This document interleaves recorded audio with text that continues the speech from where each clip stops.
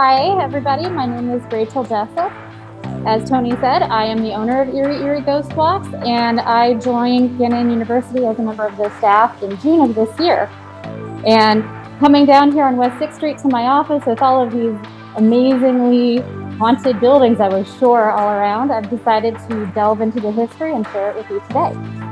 So we're going to be talking about a neighborhood that's known as Millionaires Row. But what we see today is not the way it always looked. Back in the 1600s, this was populated by the Erie's native people. As of the early 1600s, there were about 12,000 of them. They had 28 villages and 12 large towns or forts. Now, by the time the French came in 100 years later, they'd already been wiped out. There had been a massive battle with the Iroquois in the middle 1600s, and they had been completely defeated between the Iroquois and a plague that swept through. Great battles had been fought. We know that to be a fact, but we don't necessarily know where those battlefields went. Now, we know that the Eries lived on the south shore of Lake Erie in this very spot. I'm not saying for sure that we are walking the battlefield, but we are certainly walking the area that they did. We know that there are burial grounds in this very area. To the east of us, when the railroad was being cut through, they found huge stashes of Native American bones. Those were disposed of. We'll find out tonight that is not the only cemetery that's been disposed of in Erie's history, however. So the French were here for a brief time, built a fort. That was burnt, they left. The British came in, they rebuilt a fort. They were not here very long either. However, there is still a blockhouse reconstruction just over on East 3rd Street telling us kind of where they were at. And that blockhouse is actually tied closely to Erie's arguably most famous ghost, General Mad Anthony Wayne. We're not going to talk about him tonight because he's not part of Gannon, but I'm pretty sure with a Google search, you might be able to look that one up for yourself. So by the time the first white family came in to settle permanently, there was already a lot of history here. But they didn't start building these grand mansions right away. They started with log cabins, with dirt roads that became muddy and impassable in anything but the best weather. And we are in Erie, so it's kind of amazing that anybody got anywhere except maybe in the summer. However, industry progressed. The lake was wonderful for shipping, and people around here started becoming very, very wealthy. Coal, shipping, railroads, and it's the money from those industries that built what we are seeing around us today. Now, Erie is a very strong mix of past and present, of the historical and the modern. And Gannon University's presence downtown is a very strong example of that. Many of our offices occupy historical buildings, and we'll talk about several of them tonight. But at the same time, we're forging forward into the 21st century with projects such as IHAC and the Nash Library renovation. With such a curious mix of old and new, with past and present, it's really no wonder how often the old centuries seem to bleed into the new ones. And with that introduction, we're going to move along to one of the first stops that I just mentioned. Well, right now we are standing in front of the newly renovated Nash Library. Now, this was not Gannon's original library, which probably doesn't surprise anybody. The original library was in a building located right next to Old Main, where we started. And you can actually still see Gannon Library in the stonework at the top of the building. It's now part of Waldron. Now, around the 1950s, Gannon was realizing that they really needed space for everybody to live. They'd been renting rooms at the Richford Arms and private residences. They'd been leasing buildings for students and staff to stay at, but they really needed somewhere permanent to put everybody. So they started looking around, and they kind of were eyeing this area of land right here because it seemed pretty convenient. They thought this would be a good place to build a house for their clergy. However, there was a slight problem with that because this land was already occupied. So they approached the owners of the land, which was the First United Methodist Church right across the street here, and asked them if they would sell the land. The church said, "No, that's been our cemetery since we were founded. We're not going to sell you this." Wasn't much the diocese could do about that, so they continued to look. But shortly after that, the church ran into a problem. You see, their steeple was in desperate need of repairs. It was going to collapse if they couldn't repair it, and the church building was going to be condemned. It was going to cost quite a bit of money to repair it, and they weren't sure where they were going to come up with it until they remembered, oh yeah, Gannon kind of wants this land. So they sat down and they had some conversations. Agreements were made, papers were signed, and Gannon became the owner of this land. Now, part of the sale was an agreement that they would relocate everyone who was interred here. They would let the families choose where they wanted their loved ones reburied. They would give all the proper ceremonies for the family's wishes. And they set about doing just that, and they were absolutely sure that they got everybody that had been buried here. But I want you to consider something. The First United Methodist Church has been here for about 200 years. Early burials were very simple. They were a wooden coffin, no real embalming like we have today, probably not a stone headstone, maybe not even the best records saying where everybody was located. By the 1950s, early Erie settlers and their families had moved away in some cases or had died out. So maybe there was nobody to say, there's no headstone there, but that's where Great Uncle Joe is buried. There probably wasn't even a whole lot left to find. So you tell me, do you think they got everybody? Well, Gannon says they did, and we have no reason not to believe them. And they built Socialites Hall. Socialites Hall was a home for clergy, and it was here in 1953. It stayed here for 20 years until they realized that the Gannon Library building was not really sufficient anymore. They've been increasing their collection, but they did not really have a whole lot of places to put all the books that Father Lubiak was collecting. So they decided it was time to build a first-class research library. This was a passion project for Father Lubiak and Monsignor Nash. They raised Socialites Hall, they raised the apartments that they put it behind it, and they built Nash Library. Now I've been told, and I can't prove or disprove this, that the reason we're set so low here has something to do with the fact that much of the ground had been disturbed earlier when Socialites Hall was built. Again, can't confirm or deny, but it certainly gives you food for thought, because why else would we be built so low? At any rate, the students came in, the faculty came in, and they made great use of the research materials. There was so much for them to use here, and they were very excited. The library was a stunning success. It soon became apparent, however, that it wasn't just the librarians helping out everyone who came to do research here. There was a professor who was working on a project, and he had a list of books he needed, and he had most of them, but there was one that it was key to his paper. He really needed that book. He can't find it anywhere, so he approaches the librarian and says, "Excuse me, can you please help me find this book?" She looks all over and she searches the records and she says, "I'm sorry, we don't have that in our collection." He's like, "Are you sure? I really do need this." And she said, "I'm very sorry, we don't have it." Well, there's not much he can do about that. So he goes back into the stacks and tries to collect other materials that will kind of fill in the gap in his research that he needed from that book. When he goes back to his table, there's the book. He's excited. He goes over to the librarian. He says, "Oh, that's wonderful. Where did you find it?" And she said, "I don't know what you're talking about. I explained to you, we do not have that book." But there it was in his hand. Oftentimes, students will have books and papers laid out on their tables. They'll go to collect some more things, and they'll come back and find the books open to exactly the page that they need for whatever they're researching or studying. Also, it's not just the students and staff being helped, it's also the librarians. Sometimes they will have volumes set aside that need to be reshelved. They get to it later. They've got other things that they need to do. That'll be next. But when they come back to reshelve those books, it's already been done, and it wasn't by any of their coworkers. Now, that's not all that has happened here. There were often reports of shadows moving downstairs. Cleaning crews late at night inevitably said that they had seen somebody moving around. They couldn't really make out who, but they did see that shadow. Also, before the renovation, occasionally, if you were passing by outside, you would see the blue light at the end of the hallway.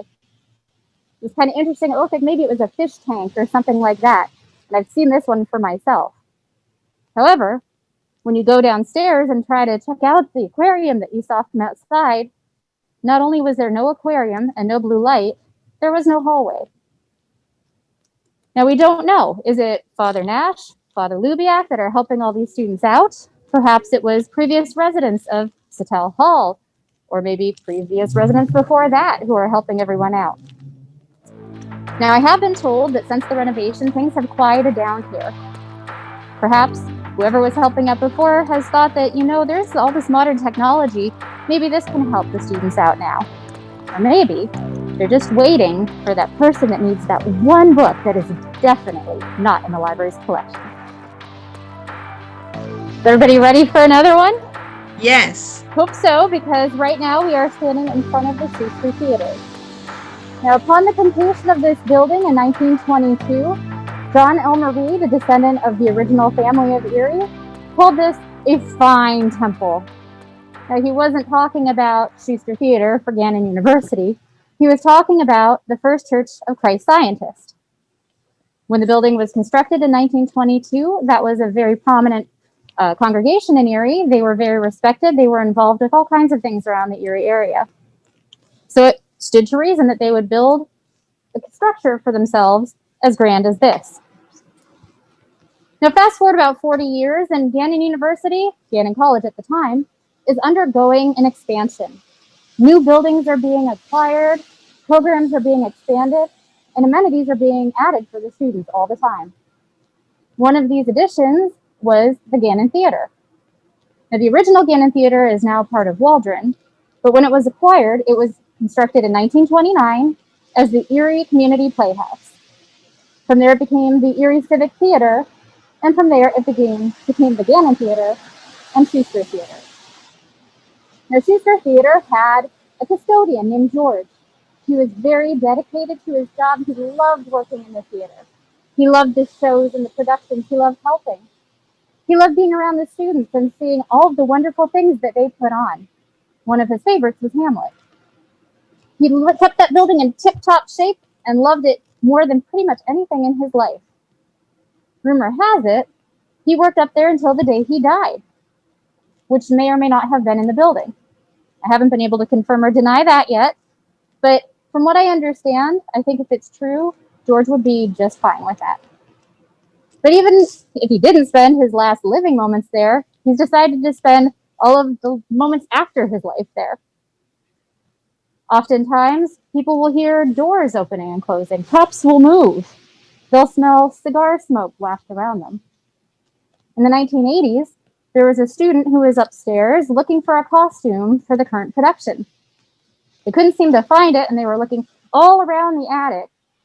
There's a chest over there, but they were pretty sure it wasn't in the chest, so they didn't really pay a whole lot of attention and went back to all the other costumes trying to find this one costume. When they turned around a moment later, that chest was not where it had been just a moment before. It had moved about 2 feet. Is it possible George was suggesting that they check in the chest? But he's not just in the attic. He's down in the basement, too. There is one student who came around a corner only to see a man in a blue suit. Definitely George. Another student in the 1970s was down in the basement. Now, he'd heard all the stories about George, but he didn't believe any of this. It was just weird noises. It's an old building. So he's doing whatever he was doing down in the basement, and he decides, I've been down here a while. I think I need to use the facilities. He's still hearing weird noises as he goes into the bathroom, and suddenly he's had enough. Out of nowhere, he just yells, "I don't believe in you, George." Well, the toilet he was sitting on began to shake. And it wasn't just a little vibration like there was a heavy truck going by outside. It was a shake to say, "Excuse me?" All of a sudden he yelled, "I believe in you, I believe in you, okay." The toilet stopped shaking. He got out of there, and that student never went in the basement again. Now, in the theater itself, students often said in the old theater that during rehearsals or moments they were in the theater alone, they would smell cigar smoke faintly from a certain seat in the second row. They said he was especially present during Hamlet, which had been one of his favorites. But it seems that maybe he has come over to the new theater as well. In the summer of 2017, there was a group that was preparing to go to the Edinburgh Theater Festival.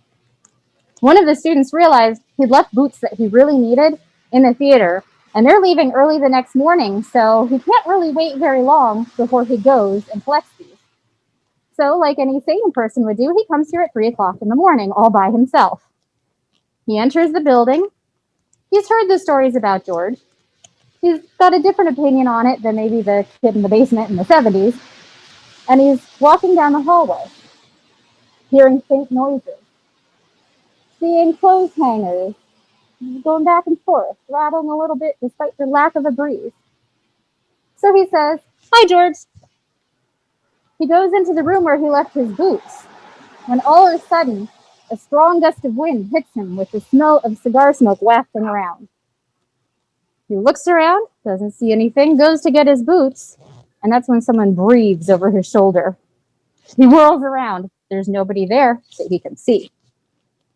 Grabs the boots, decides maybe it's time to start heading out, and as he walks out in the hallway, that not seeing whoever was there changes. He hadn't turned on all the lights. The hallway was unlit, but in that ambient darkness, he sees a shadow at the end of the hallway that's darker than the darkness, moving around. That's it. He's had enough. He says, "Bye, George. I gotta go," and hightails it out of the building. Now, the lighting booth, or the lighting board for productions used to be in the former choir loft of this building. They said when you would sit up there in the dark during productions, that sometimes you would feel somebody breathing over your shoulder. This sounds very much like what George did to the student in 2017. But I want to posit an alternate theory, perhaps. Is George maybe not alone? This was a church that was a choir loft. People saying they put on performances to God in that choir loft. Are they maybe checking out the performances that are going on here today? At any rate, we are quite certain George is here. He doesn't seem to be going anywhere anytime soon. But I actually want to say that I think that's a rather unique thing. You often hear stories of ghosts maybe following a person from place to place. They're attached to the person. Or maybe they attach themselves to an object, and they'll follow wherever that object goes. So I guess you could say maybe he's attached to something in the theater. But it seems to me that with George's love of the Gannon Theater and the students that were in it, that maybe he's attached to the entity of the Gannon Theater itself. I guess that anybody that's putting on a production here can rest assured that George will be attending. Maybe just don't tell him that you don't believe in him. Okay. We are kind of in an abbreviated part of our stop due to the weather. We have found a pretty good overhang right here by Whirly Hall, which is really fitting because I'm going to talk to you about some of the living quarters for Gannon now. Now, I mentioned earlier that finding space for everybody to stay was one of the earliest challenges for Gannon College. And it wasn't until 1953 that they started building Whirly Hall here, which was named for one of the presidents of Gannon. But since that time, all sorts of residence halls have popped up. There are many of them in this immediate area. And they're very special places. That's where the students spend a lot of their time when they're not in class or maybe at the library. And when you think about the university years, there's really no other time like that in your life. People are coming into adulthood, making life-changing decisions, but they're still swirling with all of these heightened emotions of youth. So it's really no surprise that maybe some of those emotions have seeped into the walls around them in the places they called home. Now, there's one residence hall nearby where there are some residents who probably wish that maybe less of that energy had seeped into their walls. It started with scratching noises. The walls are made of brick, and yet they could still hear the scratching inside. Then clocks would stop. In the days of the analog clocks, they would stop at the same time, all the time. This continued for years. A dog would come in to the building and bark down the wing where this dorm was located. He would growl at the door. But for the most part, the women that lived there were okay with it. Didn't seem too bad. More recently, there were students talking on their cell phones one night, trying to decide where they wanted to go for dinner. There were a couple women in the room, and they were talking to a couple of friends. Did they want to go here? Not really. Did they want to go here? Oh, I don't know. And then a voice that belonged to none of them whispered into the phone, Olive Garden. I mean, that did sound good. Their breadsticks are fantastic. But none of the girls had actually thought of that one. None of the girls that they could see. But again, this didn't seem like such a big deal, so they continued just coexisting with whoever seemed to be there. But that was until things started hurtling around the room. Once objects are flying past your head when you're trying to write a paper, it's time to do something about it. But they didn't know what. Being that this is a Catholic university, the women decided that they were going to say a prayer for whoever was in the room, hoping that they could finally find rest and let these residents rest also. So they prayed, and then they wondered if that would work. It seemed not to stop things, but it definitely changed it. They started finding pennies. Not just 1 or 2 pennies, not just 3 or 4. Whole dollars worth of pennies. Pennies in the drawers between their clothes. Pennies on their beds. Pennies tucked into the closed lids of their laptops.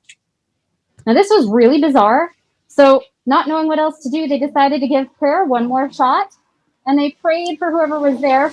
Please, it's maybe time for you to be at rest, and we would really like to be able to relax and get some sleep too. And that seems to have worked. Nothing else has happened since then. Well, I guess maybe not until somebody wants some breadsticks anyway. That's not the only dorm that has somebody hanging around. One of our dormitories was formerly the mother house of the Sisters of the Divine Spirit.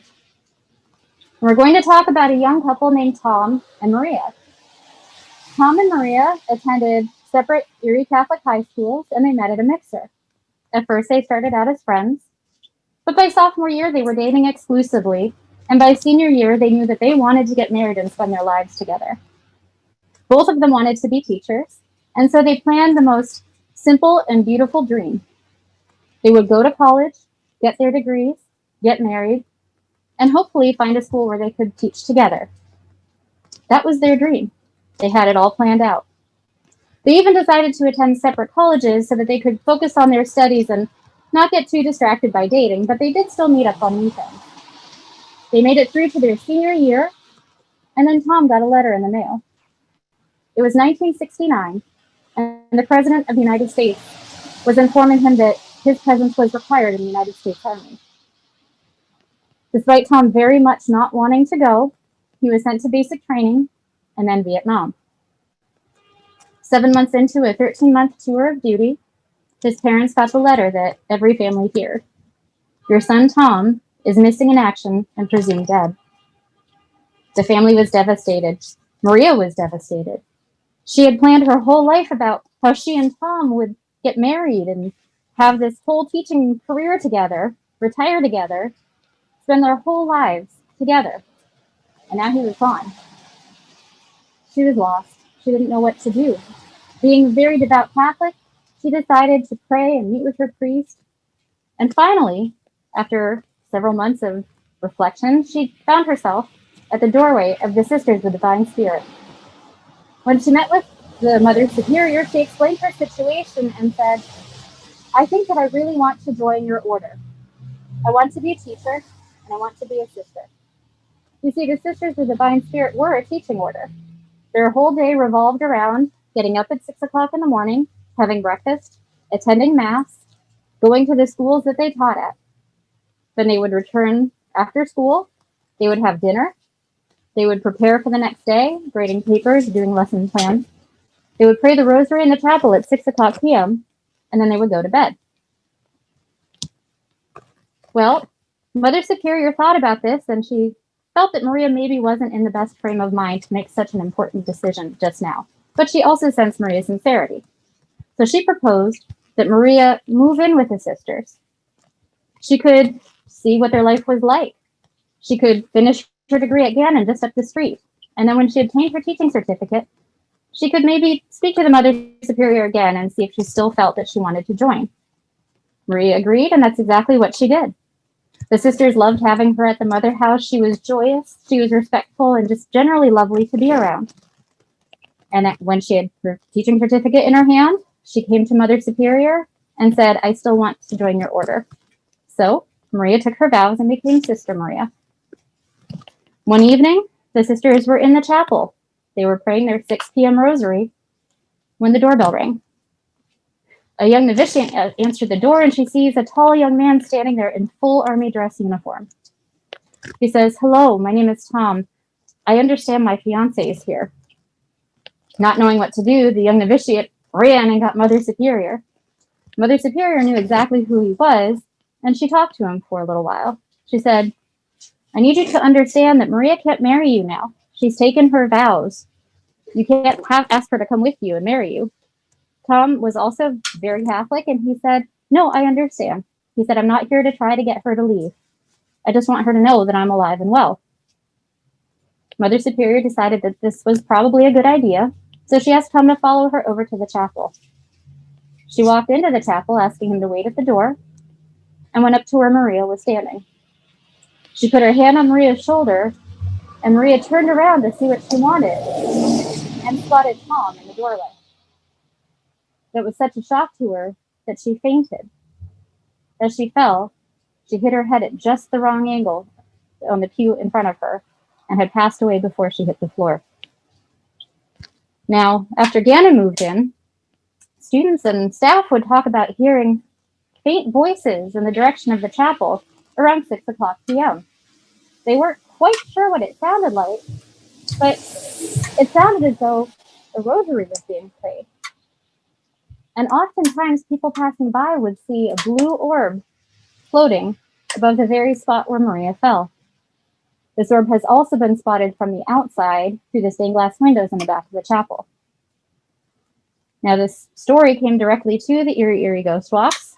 The founder, Bob Gossman, parapsychologist, spoke with somebody who is very involved with the story. He spoke with Tom. Now, Tom says, any other reports aside, he believes that Maria is waiting for him in heaven. Tom's doing all right as well. Until very recently, he was serving as a Monsignor, having taken vows very much like Maria had. Now, residence halls aren't the only places that Gannon students can live. There are fraternity and sorority houses also available to them. One of the earliest houses is no longer standing, but it was just up 6th Street. And the brothers there like to have fun. They like to study as well, but they decided their first year there, they were going to throw a walloping Halloween party. It was going to be great. Everybody was going to wear costumes. Everybody would know who everybody was, but they'd all be dressed up and they'd be having a good time. And that's exactly what happened. The party was in full swing. They're all in costume, but hey, I know that that's Bill. I know that that's Mary. Except for that guy over there. There's a very tall man in a long cloak with a high collar concealing his head. The rest of his head was concealed with a large hat, so nobody could see his face. Everybody kind of kept looking over going, do you know that guy? But he wasn't bothering anybody, so nobody really bothered him. Until he went upstairs. They saw him heading for the stairs, and one of the brothers went over to say, excuse me, you can't go up there. The party's on the 1st floor. The man ignored him and continued to climb the stairs. The brother's like, excuse me, you can't go up there. The party's down here. The man ignored him and continued up the stairs. Brother tried it one more time. He said, you really aren't allowed up here. I'm going to have to ask you to leave if you don't come back down right now. At that, the man stopped, whipped his hat off, and the words, get out, boomed around the young man. But he really couldn't tell where they were coming from, as the man had no head. As he's reeling from that, the man vanishes in front of his face. He runs back down to tell the story to the others, and as it turns out, he was not the only one to have witnessed this man or have been told to get out. Over the years, this building passed from hand to hand through a ridiculous amount of owners. The list is so long, you can't even believe that a house, even one built in the 1800s, would have that many owners. It couldn't keep anybody for long. The paranormal investigator thought that was kind of suspicious and approached the most recent people to be in there and said, hey, can I ask you, is there a reason that you left this house sitting vacant over here? It's a pretty cool building. It's in a perfect location. And the guy said, yeah, we're sick of being told to get out. That's not the only fraternity house that may have had somebody else that nobody saw most of the time in it. The Teak House was originally the George and Laura Black House. It was built in 1908, and it passed through a few families before Gannon acquired it, and it became the Teak House in 1962. Now, at that time, fraternity houses were required to have a house mother. They needed somebody there who would cook for them, clean for them, help them out, and maybe keep a little bit of an eye on them. They looked around and they found an older woman named Mary. At first, the brothers weren't too sure about this rule, but they quickly came to love Mary. She did everything that they could possibly need and more. If they forgot a book for class, she was already holding it at the door when they came back to get it. They loved her cooking. It was delicious. And she loved her boys. Mary served them for many, many years and passed away peacefully in her room, which was the apartment on the third floor overlooking the entryway. By that point, Gannon didn't really require that they have a house mother anymore, and the members of the fraternity had just kept her around because they loved her so much. So she wasn't replaced, and her room was closed off out of respect for a number of years. But it seems like Mary wasn't really ready to go. Now, when she was alive, very often when the brothers would be having a party, around 11 o'clock, she would start to walk around, especially on the upper floors. And if she came across a young lady, she would remind them that maybe it was time that good girls were home by now. Please remember the era. This seemed to continue maybe even after Mary had passed away. One of the brothers had a female guest. She was there later than she had really expected to be, and she had stepped out to run to the kitchen for a moment. When she came back, she said, "Who is that old lady?" He asked what she was talking about, and she's like, "This old lady, she just told me that good girls should be home by now."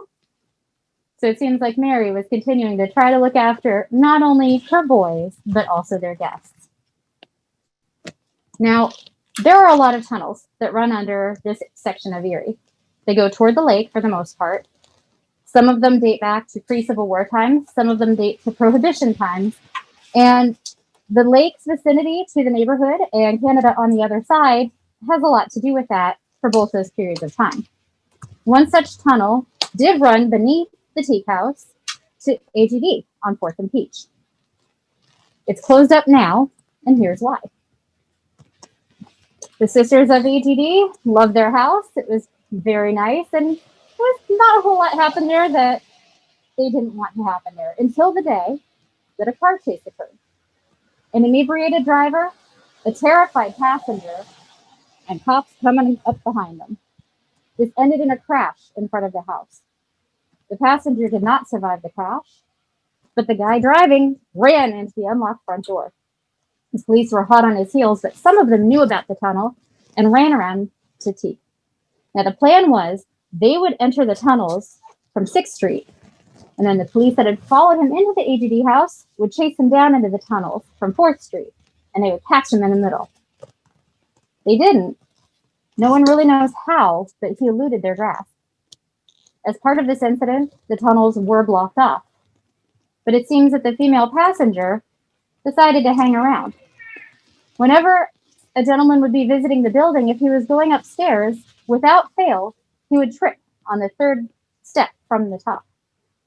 A lot of the sisters felt that maybe, just maybe, this lady that they called May was trying to look out for them, maybe trying to protect them from a bad boyfriend like the one she had had. But that wasn't all she did. She definitely wanted the sisters to know she was there. She would turn lights on and off. She would open and close doors. Alarms would go off for no apparent reason. That was a little too much for some of the sisters who decided maybe not to live in that particular housing arrangement. As of this time, it's no longer Teak and it's no longer AGD. They do not live in these buildings. So we don't know if Mary is still wandering around trying to make sure that all the young ladies are back home. And we weren't really sure if maybe May was still trying to protect ladies from another bad boyfriend. But I've heard tell that there are women living in the house right now. We're just going to have to wait and see if these protective spirits are still looking after the students. All right, we are currently at what is now the Gannon Admissions Office, or it's also known as the Gitnick Man. It started life as the Marshall Palmer House when it was built in 1885, or isn't just the Marshall House, I guess you could say, for Frank Marshall and his wife Fanny. Now, Frank was a very interesting fellow. He was a member of the Erie Law Bar, and he also was the U.S. Commissioner under Lincoln's first administration. He served in that post for 20 years. So that's pretty amazing that somebody that built this house worked for President Lincoln. Now, it did pass through some hands. There have been several owners before Gannon acquired it, which is not surprising from a building of this age. Now, the story about this house is a little bit lurid and very steeped in rumor, so we're going to be a little bit delicate here. We don't know which master of the house, but what the rumor says is that one of the masters of the house had a concern with one of the maids, which he decided to discontinue. The maid did not take that well, and she met her end at her own hand in this house. That's the rumor. But the curious thing about that is that she doesn't seem to be the person that is seen inside. Now, it started not so much with a sighting as with a giggle. The sound of giggling drifting up from the basement. Sounded like a child, but that was very odd because children of that age are very rarely on the Gannon campus, or at least in the admissions building, especially down in the basement. But people didn't think too much about it, and one day there was a student downstairs preparing a mailing. He was going to stuff envelopes, so he had his pamphlets, he had his informational papers, he had his envelopes ready to go. He had it all set up in what used to be the wine cellar. Then something caught his attention out of the corner of his eye. He turned his head, and there was a little girl standing there in an old-fashioned red dress. He decided not to wait around and see if she was interested in hearing about the programs that the university has to offer, instead hightailing it out of the basement and refusing ever to return. Nor is he the only one to have seen her. Sometimes staff members have had their office doors open when they're here early in the morning by themselves, they think, when they see a little girl in a red dress just kind of drift past the door. Clearly they imagined it, right? Maybe not. Now, it's hard to say if who she is. We really don't know, and we don't know her name, and we don't know why she's here. But it seems that at least she's enjoying herself, if that little giggle drifting up from the basement is any indication. Now, while we were trying to collect stories about this place, someone who does have an office in the building offered to share their tale, but they were a little hesitant about it. They weren't real sure they wanted to talk about it. But they decided, you know what, it's no big deal, and started typing out the email detailing their story in this house. When the desk lamp started flickering on and off, this person was not real sure that this is exactly what they wanted to be happening to them right now.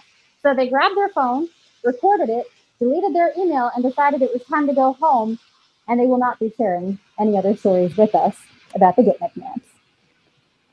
That's what we have here. Now, I was going to stop briefly in front of the building next door, but I'll just kind of tell you right now.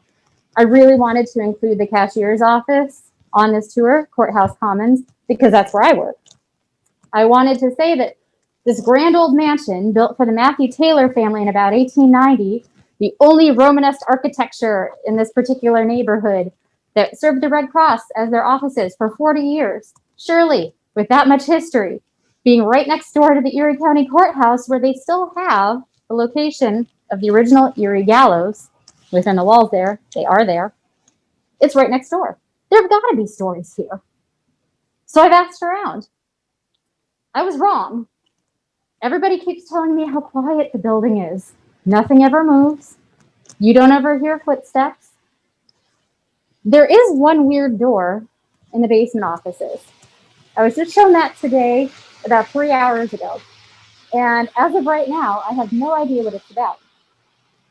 It has deadbolts on the inside of the closet door in the basement. There are about 10 or 12 air holes about the size of a quarter drilled through the wood. 5 or 6 at the top, 5 or 6 at the bottom. We're not really sure what this is all about. Perhaps there are tunnels. There are so many of them running through here. Maybe that was an entrance to one. But why would the locks be on the inside? Well, as a lover of ghost stories, the lack of any so far from my building is kind of disappointing. However, if I ever find myself having to work there early at night or early in the morning or late into the evening, like some of my coworkers have done, all by myself, at least I know it'll probably be quiet. Okay, so we are standing once again at Old Main where we started. Now, before it was Gannon's Old Main, it was known as the Strong Mansion.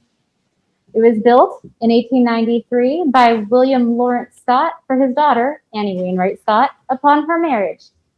Now, William Lawrence Scott was a very influential and prosperous man who was very famous throughout Erie. And Annie was marrying into one of the most famous and prosperous and influential families in Erie besides her own, the Strongs, the Hammets. She married Charles Hammett Strong, and they couldn't move into this house right away. Something of this scale takes much more than a few months or even a couple of years to build. So by the time they moved in, they brought with them their 12-year-old daughter, Thora. Annie loved this house. She loved it more than pretty much anything else.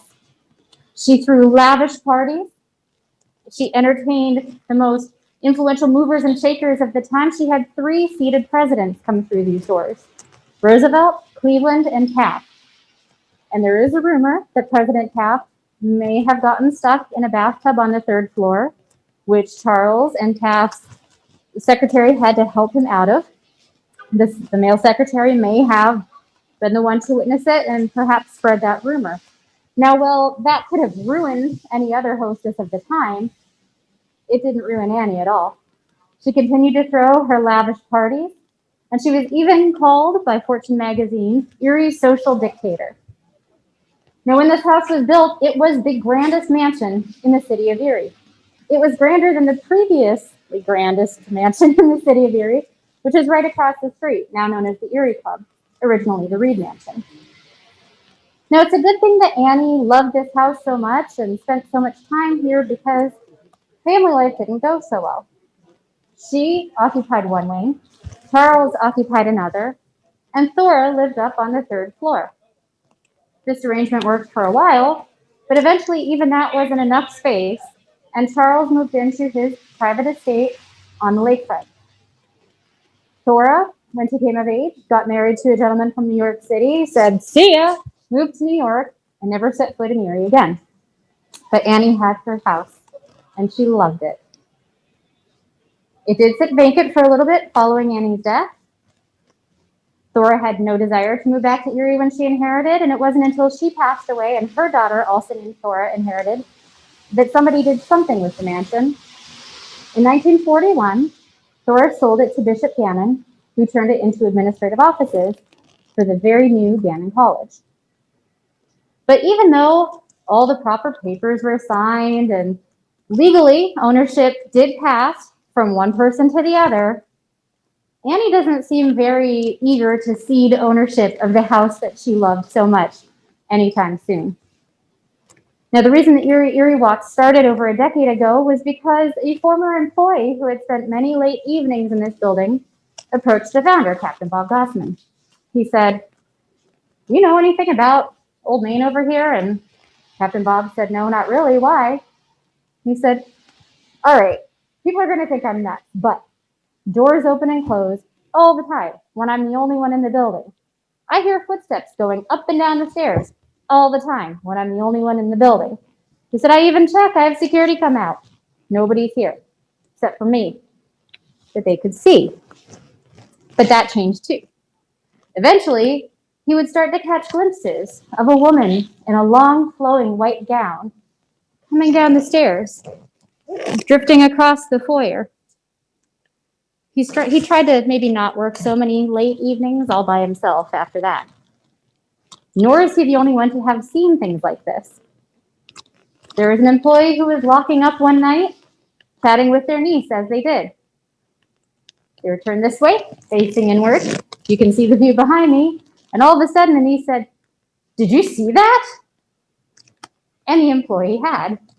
They both saw a woman that was definitely Annie Strong standing upstairs at the top of these steps. There was a cleaning crew that worked here a while back. They do not work here anymore. And that seems to be a choice that they made because they quit this night, but maybe it wasn't solely their choice.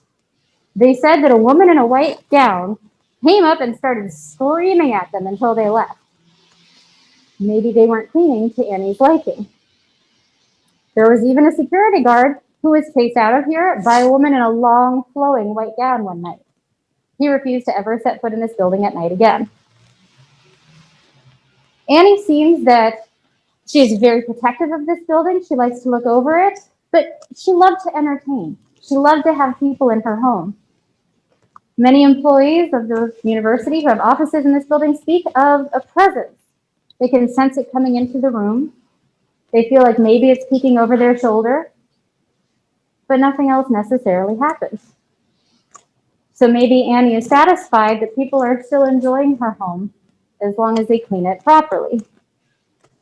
Now, Annie is the one that is frequently seen, and she's believed to be the only spirit in this building. I'm not so sure about that.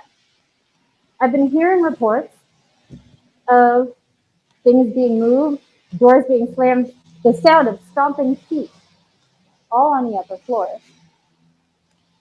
A window cracked. Somebody told me this. And I thought, well, these are old windows. And they're like, well, no, you don't understand. It's in a protected area. It couldn't have been the elements. It couldn't have been some dive-bombing bird. I was still a little dubious. So I was taken up and shown the cracked window. And it turns out it's not just one, it's two. These are not historical windows. These were part of the Waldron renovation. There's a large crack down one window and a large crack down the other. Now these are modern windows with metal grating inside. That doesn't sound to me like something Annie would do. She loved this house. I couldn't really see her damaging it. It didn't really make sense to me that she'd be making loud, rattling noises in one of the fireplaces either, because that would be very disruptive, and she was the supreme hostess. But then I heard about Thora. Thora, who hated Erie. Thora, who hated this house, didn't want anything to do with it, wouldn't come back and let it sit empty once her mother passed away. So I wonder if Thora might be back here as well and might not be too happy about it. Or there's another possibility. You see, there was a 6th Street feud with Erie's top socialites. And this was uncovered in journals when students were giving reports of hearing some weird old lady screaming at them when they were walking up 6th Street at night, usually on nice evenings. Now, it's downtown Erie, and we have a very lively population down here. So honestly, they weren't that surprised, even when they said they couldn't really make out what she was screaming at them. The weird thing was, no matter how hard they looked, no matter where they looked, they couldn't see any weird old lady screaming at them. So upon some research, we found out that this was the grandest mansion in the city of Erie when it was built. It had 46 rooms. That was the most rooms in the city of Erie by 2. Because across the street, the formerly grandest mansion, the Reed Mansion, built in 1846, had 44. It seems that this may have been a deliberate decision on Annie's part. Mrs. Reed, who lived across the street, was everything that I have said about Annie. In her heyday, Erie was still in its infancy. The street wasn't paved yet. This section of West 6th Street is actually the second street to be paved in Erie in 1883 because all of the fine ladies in the neighborhood were tired of having their gowns ruined. So this was paved by the time Annie built her mansion. It was still a dirt road when Hattie's mansion was built across the street for her by her husband, Charles Manning Reed. All the same, she loved her mansion. He had built it up on the hill so that she could look down on the rest of the city of Erie. But Whereas she used to have all the movers and shakers, now Annie did. She used to be the young belle of the ball. Now Annie, who is significantly younger, was the one attracting all the young up-and-comers within society. On top of that, after Hattie's husband passed away, he'd been a businessman. She really wasn't, and the fortunes were dwindling. She couldn't even afford her lavish parties anymore. So sometimes she would be up in her bedroom windows that faced the Strong mansion, and she would see Annie sitting on the balcony over the entryway here. She would pick fine evenings. She liked to sit outside and with a book or a cup of tea and just take in the sounds of the city. Hattie added a sound that nobody really wanted to take in. She would start screaming, "You money grabbing, blah, blah, blah, blah." Every epithet she knew, she hurled at Annie across the street. She could not stand that this woman had taken her place in Erie society. Annie would take it for a while. She would keep composed, but after a while, enough was enough. And she'd start screaming back, "What did you say about me? Who do you think you are?" And now, ladies and gentlemen, we have the two leading socialites in Erie and the surrounding regions screaming at each other across the street. So, who's to say maybe Hattie doesn't have something to do with some of the maybe less pleasant things in the house over here? I'm sure she would have loved to if she had a chance. And that concludes our stories for this evening. I really appreciate that you guys joined us tonight. Nice I cannot believe how many people were here. And I appreciate that Tony got in touch with me and invited me to do this. So thank you.